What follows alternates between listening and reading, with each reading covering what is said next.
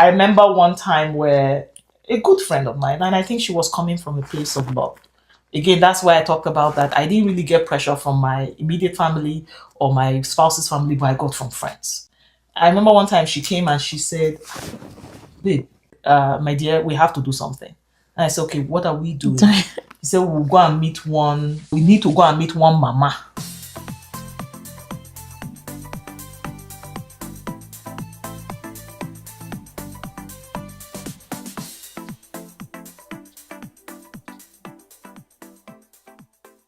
Hi everyone, hello viewers.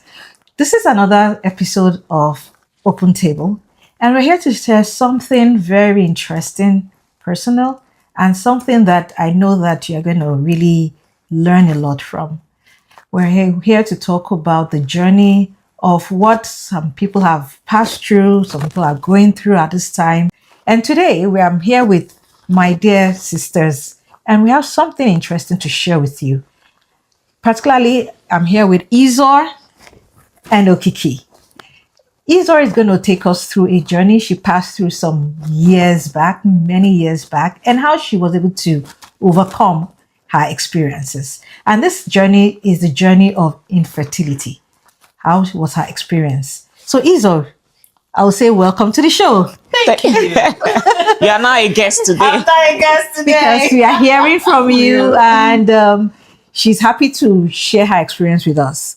So, Izor, you experienced infertility way many years back, and we want our viewers to learn from your experience. And we know you have something to share.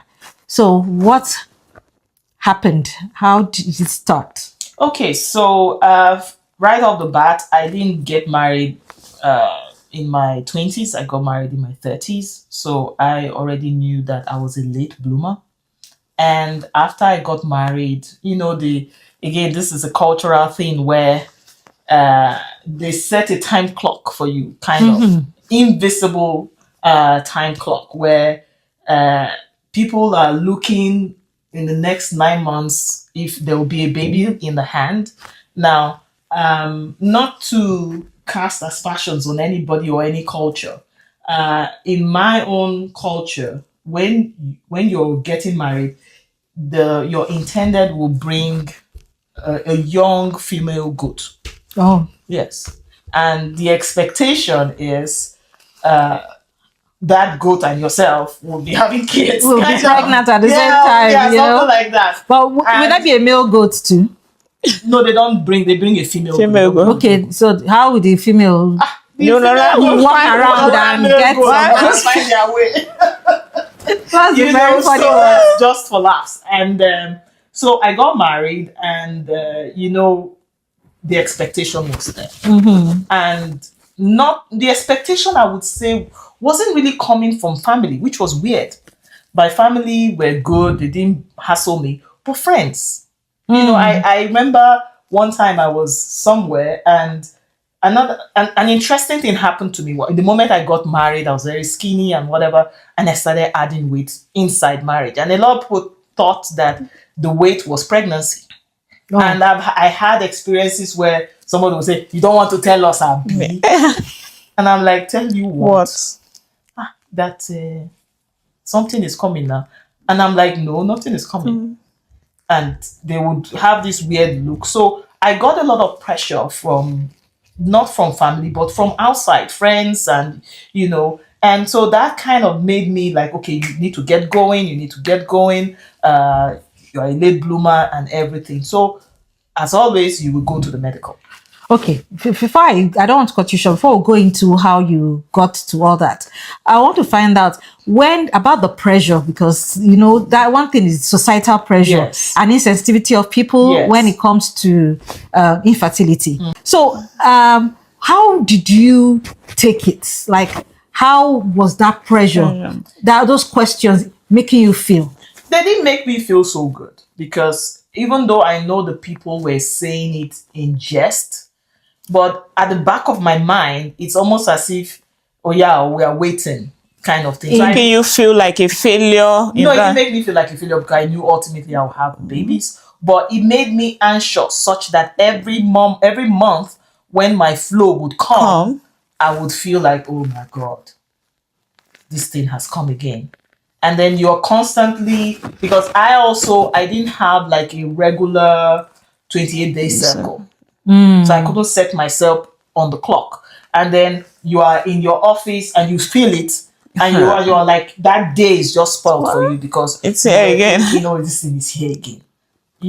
And on the lighter note, I remember one time I was telling myself, when you were a single girl, if you don't see it, you are antsy. And that's not that you're married.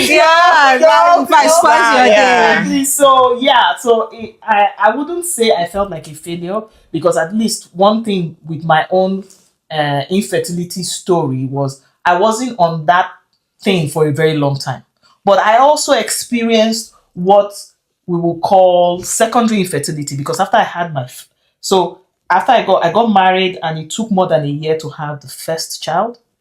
And then after I had the first child, it took another 6 years to have a second child.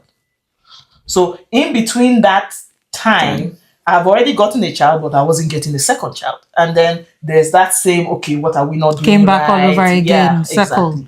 Exactly. So going through that pressure, because I remember when I had my own, I got married, and I had a delay. Well, I won't call it a delay, but it was like after the first 2 months, I started getting worried, right? But I married in November, late November or middle of November, and by January I was already anxious.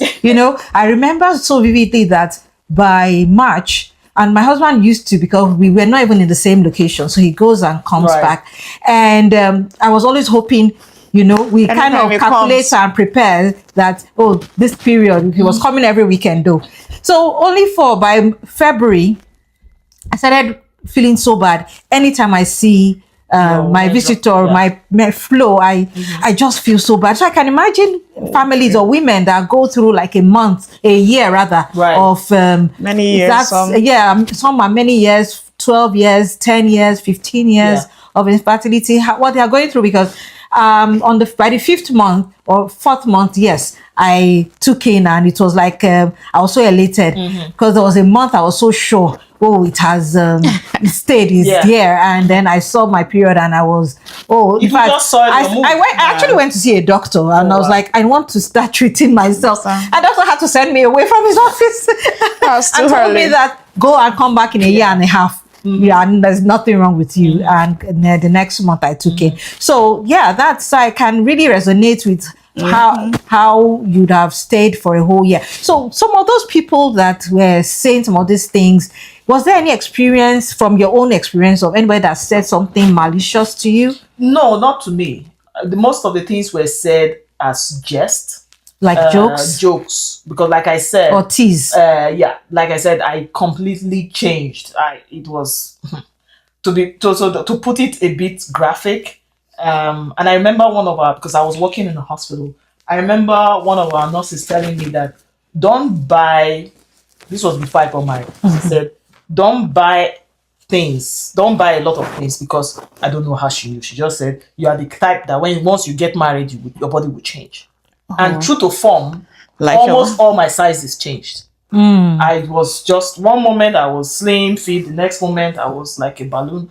The peace of mind that comes with but I didn't really get anybody that was like maliciously saying anything to me. But even those things they said with jest. And okay, so let me also talk about the second time around after I'd had a baby, because I had my daughter, and like I said, there was this long period where I didn't have also, and I happened to be in that sphere of people that after they had their pregnancy, their abdomen did not really come back to that flat abdomen. Mine was a bit protruding, and so within that space of time, people will congratulate me a lot, and it was so disturbing. They'll say, the Lord has done it. What did he do? No. Like, you are expecting that, because it got so bad that I wouldn't wear form-fitting clothes, because I didn't want to see that bulge, And so that was, it was. Okay, let's take you back to the story of what happened during that first period of primary delay. How did you handle it? How did you now take care of it? So I am and thankfully for my spouse too, he's the kind of person that believes that if there's a problem, we deal with it together. Because we went to see the doctor, I did hormone profile test, everything came out on the hormone side was okay. And that was when they found out, when they did the scan and everything, and found out that I had endometriosis, and that could be the possible reason why I wasn't achieving conception. He even went as far as doing semen analysis. So that's another thing, viewers, because most of the time infertility is seen as a woman's problem. So we're in dealing with it, always look at both. The couples should go together, because we've had series of family. I work in a laboratory by profession, and we've had experiences where the woman will come to try to look for a solution to this infertility. She wants to test herself, and the advice is always go bring your partner, and the partner is not willing. He does not want to, because he feels he's okay.